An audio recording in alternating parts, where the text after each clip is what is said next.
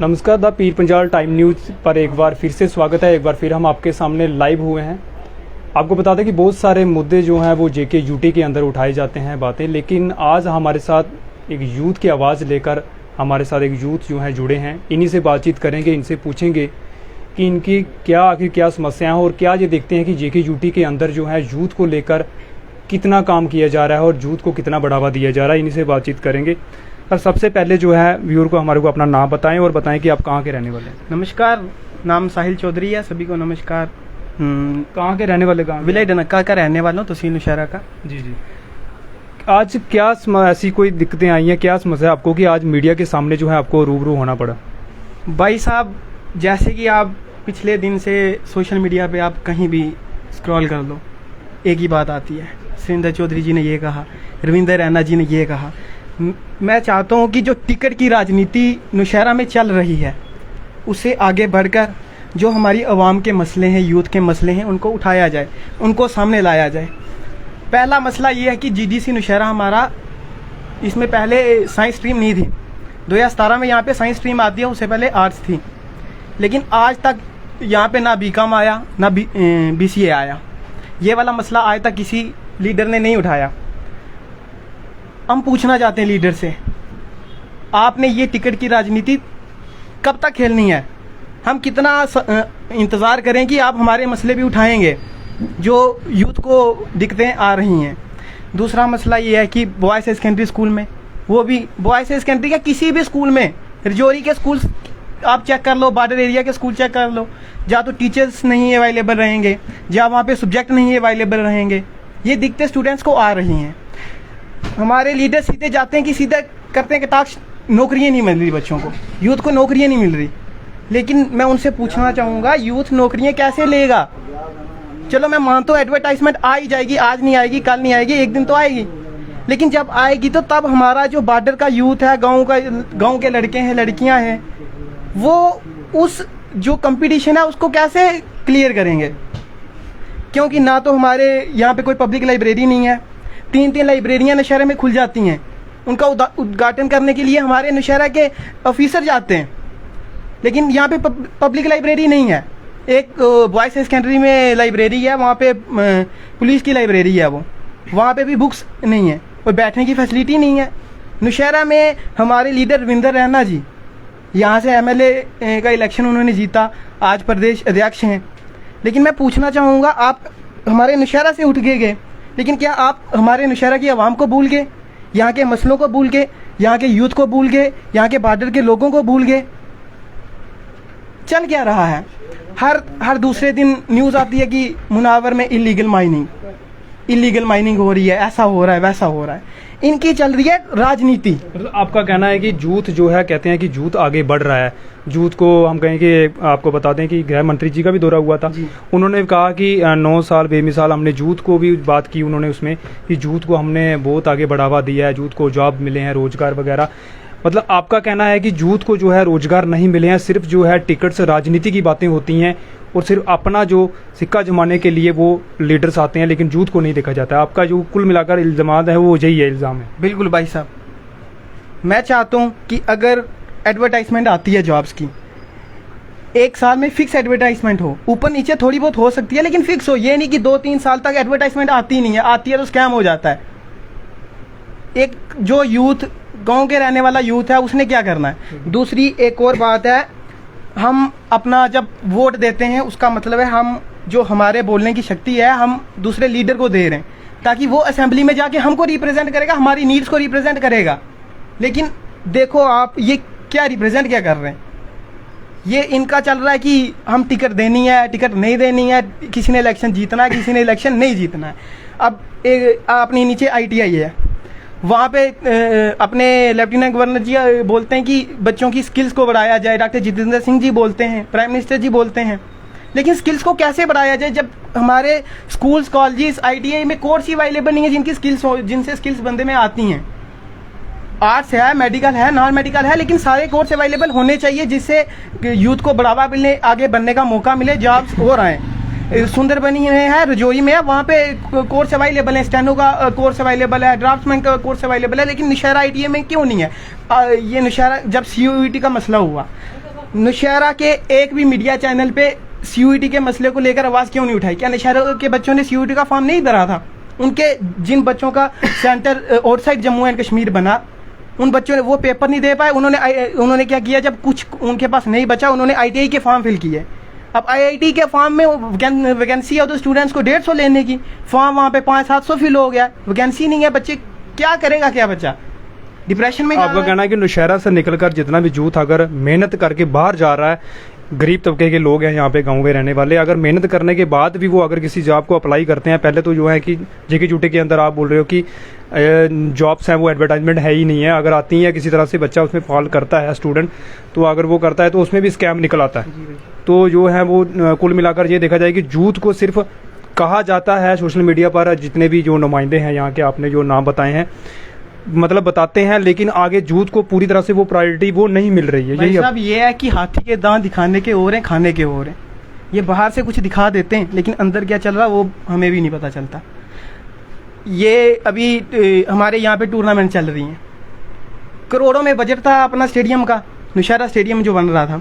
लेकिन अब जो नाइट टूर्नामेंट हो रही है, लड़के मैंने सुना कि जनरेटर में खुद से पैसे डाल के उसमें तेल डिला के नाइट टूर्नामेंट करवा रहे हैं। बच्चा कैसे गलत चीज़ों से दूर रहेगा जब खेलने का पूरा तरीका नहीं है। मैंने सुना परसों कि इंडोर स्टेडियम बनेगा लंबेड़ी में। मेरे को बताओ, जो शेर मकड़ी का बच्चा है वो खेलने के लिए लंबेड़ी जाएगा, वो खेलने के लिए लंबेड़ी जाएगा। जिसके पास 200 रुपये खर्च के लंबेड़ी जाने के लिए पैसा है, वो तो फिर जम्मू जाके भी कोचिंग ले सकता है।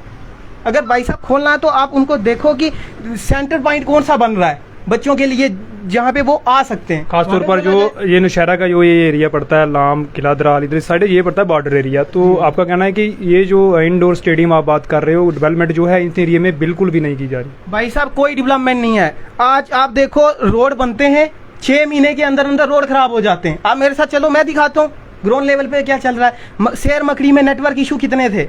आप बोलते कि बच्चा ऑनलाइन पढ़े, ऑनलाइन कैसे पढ़े जब वहाँ पे नेटवर्क ही नहीं है। लीडर्स वहाँ की आवाज़ उठाते नहीं है। जब भाई साहब आता है कि इलेक्शन आता है कि हमारा पहाड़ी बंदा, पहाड़ी पहाड़ी पहाड़ी। भाई साहब पहाड़ी तो है, उस पहाड़ी का कुछ सोचो भी। कोई भी कैटेगरी है, मैं नहीं बोलता सिर्फ पहाड़ी का सोचो, SC ST OBC पहाड़ी जितने भी हैं जनरल, सबका सोचो, डेवलपमेंट कराओ। हम चाहते हैं कि हमारे एरिया में डेवलपमेंट हो, आगे बढ़ें। 2 विलेज आ जाते हैं स्मार्ट विलेज में, बाकी क्यों नहीं आते? बाहरली स्टेट में से रोज न्यूज़ आती है कि ये स्मार्ट विलेज है, यहाँ पे ये चल रहा है, वो चल रहा है। हमारे नौशहरा में क्यों नहीं चल रहा है? ब्लॉक में जाओ, काम करवाना हो, वहाँ पे पैसे चलते हैं। ऑनलाइन राशन कार्ड ऑनलाइन करवाना हो, एक ही बंदा उधर कर रहा है अंदर, वो भी 150 रुपये, 10 रुपये फी लग रही है, 140 रुपये गरीब से चार्ज ले रहा है। BPL बिलो पॉवर्टी लाइन, उसके लिए 100, उसकी जो एक दिहाड़ी का पैसा, उसका तीसरा हिस्सा वो 140 रुपये, वो 140 रुपये उसको दे के जाएगा, 100 रुपया वापस किराया खर्च के घर जाएगा। उसने क्या कमाया, क्या उसने क्या बचाना है? खाना कहाँ से खाना है? ये बहुत मसले हैं, ये गवर्नमेंट को सोचना चाहिए। बंकर्स बने, आज बरसातें होती हैं, बंकर्स के अंदर पानी आ जाता है।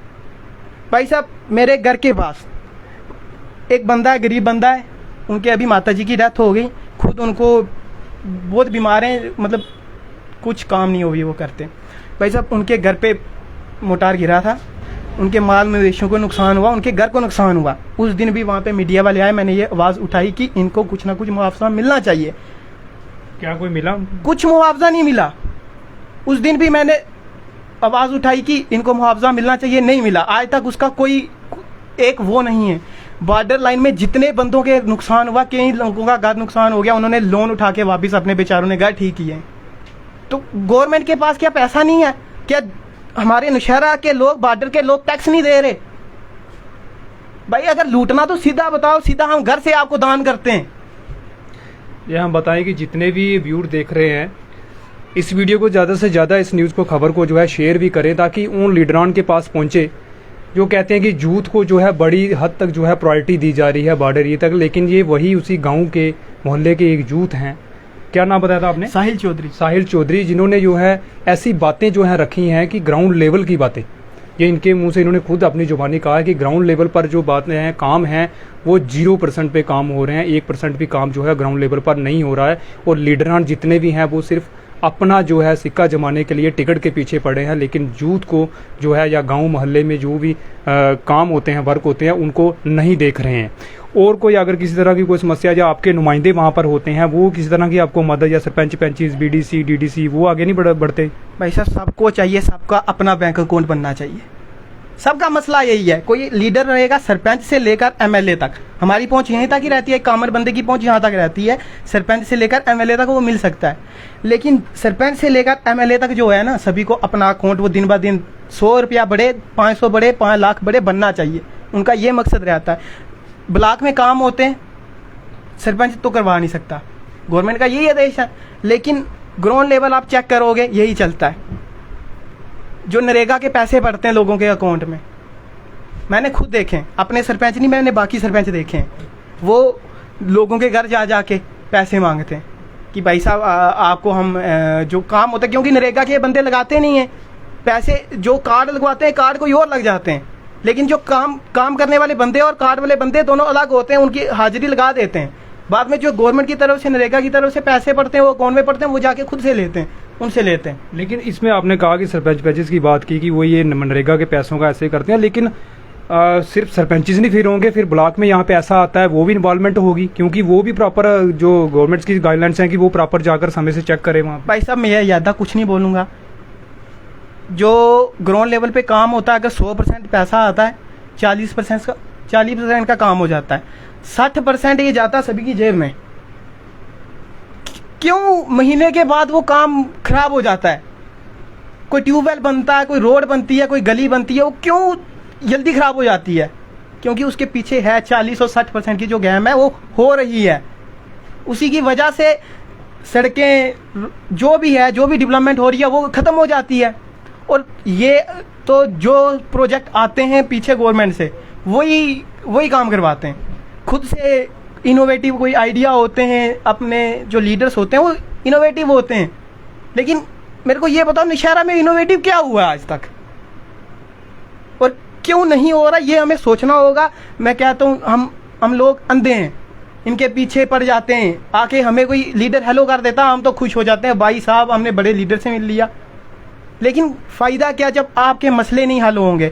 बॉर्डर से एक बच्चा आता है, स्टूडेंट का हाफ किराया है। जम्मू कश्मीर में कहीं ट्रेवल करो, कहते हैं कि स्टूडेंट का हाफ किराया, ID कार्ड दिखाओ हाफ किराया लगेगा। भाई साहब कोई हाफ किराया नहीं लगता है। जो वो बच्चा वहाँ से आता है वो उसका महीने का रेंट बन जाता है, 3000 रुपया गाड़ी वाले को देता है वो। ये सबसे बड़ी बात है। ये आप जितने भी जो अफसरान आपको देखेंगे उनसे भी आप ये कहेंगे कि आप भाई साहब मेरी उन अफसरान से हाथ जोड़ का निवेदन है, बच्चों के लिए कुछ सोचा जाए, जम्मू कश्मीर नौशहरा के यूथ के लिए कुछ सोचा जाए।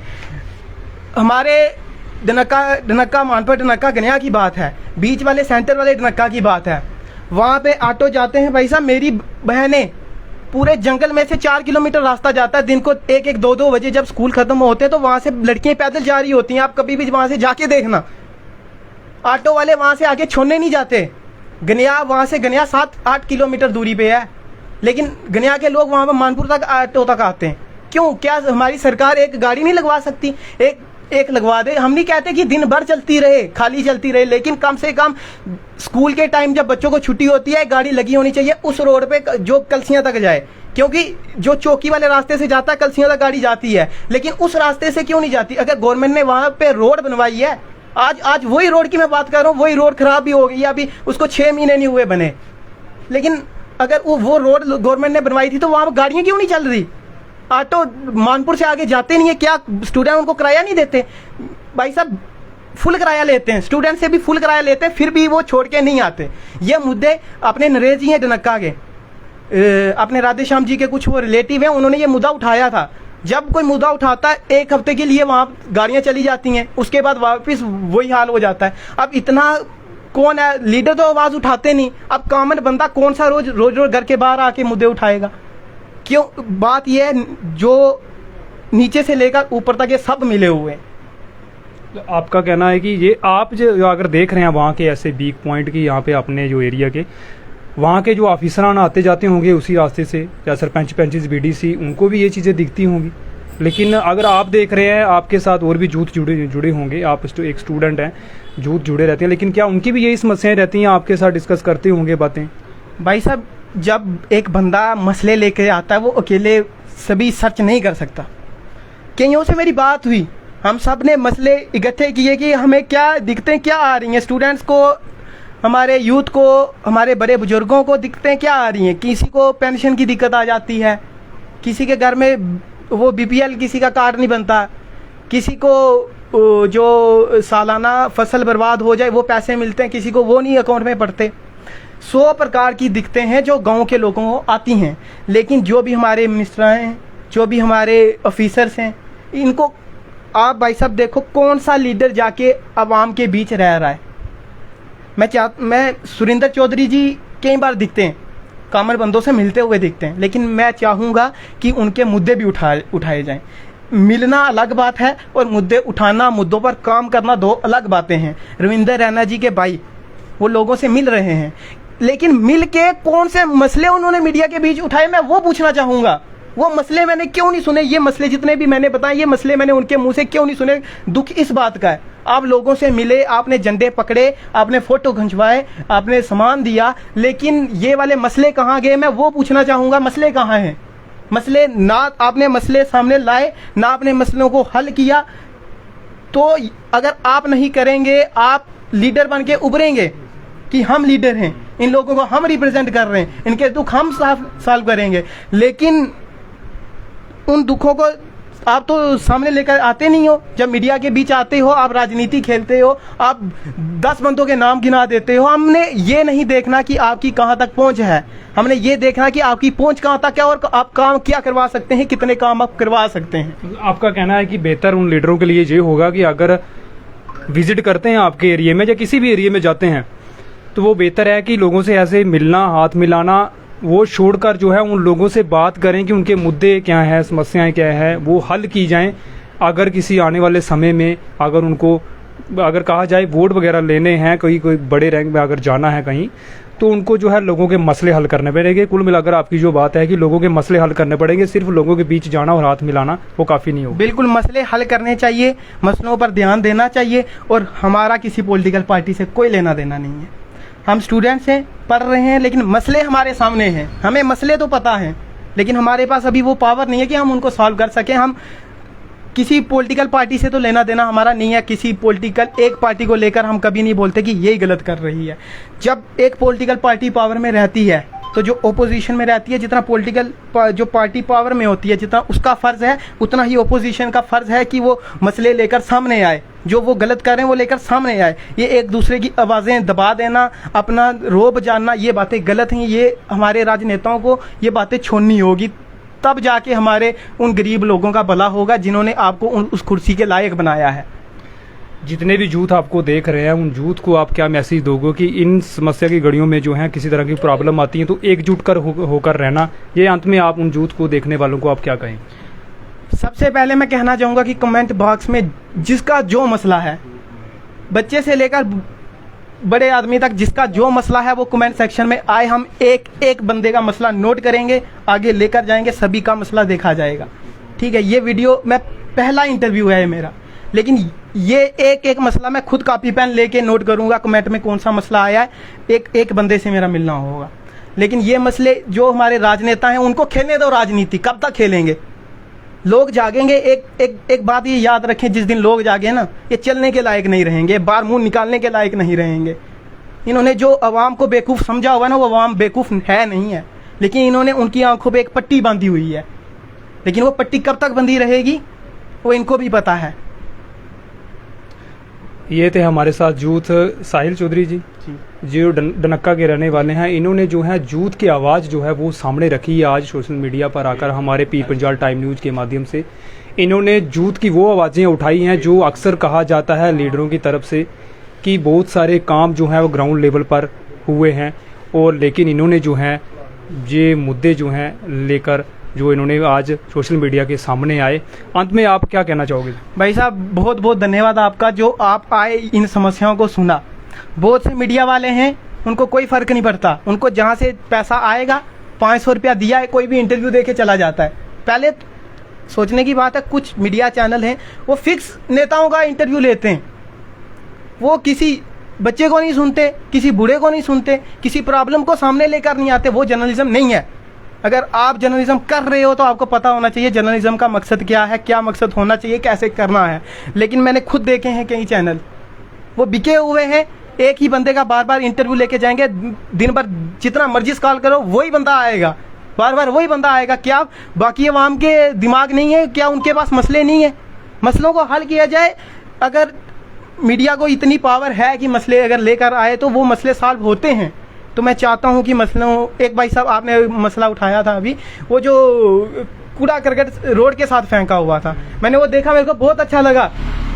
ये मीडिया वाले ऐसे बहुत कम हैं जो खुद से मसले लेकर सामने आते हैं कि हमारी आवाम को ये वाले मसले आ रहे हैं। वहाँ पे 3 भाई साहब खड़े थे, उन्होंने भी बताया कि यहाँ से बच्चे आते जाते हैं। मैं सोचना चाहूँगा कि इनके पास क्या इतना फंड नहीं है कि वो अच्छे से उस गंद को एक जगह फेंक पाएँ? इतनी गाड़ियाँ हैं, ये फंड जाता कहाँ है? फंड जाता कहाँ है? क्या इनके पास फंड नहीं है उस गंद को? ये सभी के पास पैसा आता है, गवर्नमेंट से पैसा आ रहा है, और जम्मू कश्मीर के लिए ज़्यादा आता है। कहीं क्या इंक्वायरी का सोर्स बनता है? बिल्कुल इंक्वायरी होनी चाहिए, ब्लॉक के ऊपर बिठाओ कितने काम हुए। मैं चाहता हूँ जितनी रोड बनी, जितनी भी रोड बनी, चेक करो 1 साल में कितनी रोड बनी और आज उनकी क्या दशा है, और जिस बंदे ने बनवाई उसी से वापस ठीक करवाओ। क्यों 1 साल के अंदर चीज़ खराब हो जाए? हम लोगों ने वो टैक्स दिया हुआ है, उस टैक्स से जाकर वो चीज़ बनी है, और हमें ये सोचना होगा अगर कोई डेवलपमेंट हुई है हमारी वजह से हुई है, हमने टैक्स दिया है, हमें उसका ध्यान रखना है। जितना सरकार को रखना है उतना हमें रखना है। कोई कंट्रैक्टर क्यों पैसे खा जाए? लाइसेंस बनवाना हो, जो पंचायती काम होते हैं, अगर ये ब्लॉक वाले किसी आम बंदे का सीधा सीधा बना जाए, आप मेरे को पूछना, नहीं बनाते। ये जो फिक्स बंदे हैं उसी का बनेगा। क्यों ऐसा क्यों है? पैसा तो आ रहा है, लेकिन पैसा जा रहा कहाँ है, उसके लिए इंक्वायरी बैठनी चाहिए। साहिल जी, बहुत बहुत शुक्रिया, आपने जूत की आवाज़ रखी आज हमारे चैनल के माध्यम से। आपका बहुत बहुत धन्यवाद जो आपने सुना। सबसे बड़ी बात है जो आपने सुना और इन लोगों तक पहुंचाया। ऐसा नहीं, हमारा फ़र्ज है, हमारे चैनल का फ़र्ज बनता है कि ऐसे जूत हो, चाहे कोई भी हो, कोई समस्या हो, तो हम 24 घंटे उनके लिए हाजिर हैं।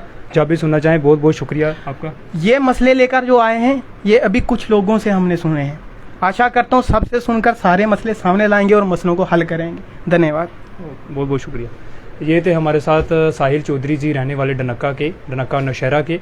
इन्होंने जो है मसले मिसाल ऐसे नौशहरा के जो रखे हैं कि अक्सर देखा जाता है कि ग्राउंड लेवल पर कहा जाता है कि जूत को लेकर बहुत सारा बढ़ावा दिया जा रहा है, या ग्राउंड लेवल की इन्होंने सिर्फ जूत को नहीं, जूत के अलावा भी जो काम हैं जो अपन पंचायतों में होते हैं उसको लेकर भी कुछ ऐसी मसले जो हैं सामने रखे हैं। खासकर नौशहरा स्टेडियम जो बना हुआ है उसको लेकर कहा है कि यूथ जो वहाँ पर खेलने के लिए आते हैं, तो इनका कहना है कि इनके पास ये रिपोर्ट पहुँची है कि वो जो खेलने के लिए जाते हैं बच्चे, वो खुद वहाँ पर उस जनरेटर में जाकर तेल जो है डलवाते हैं और खेलते हैं फिर।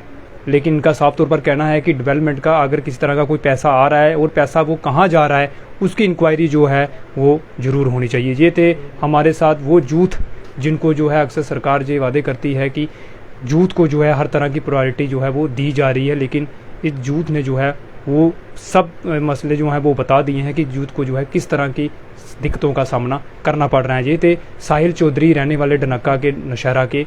नई किसी शख्सियत के साथ फिर आपके सामने हाजिर होंगे। कैमरामैन विक्की चौधरी के साथ दीजिए इजाज़त। नमस्कार।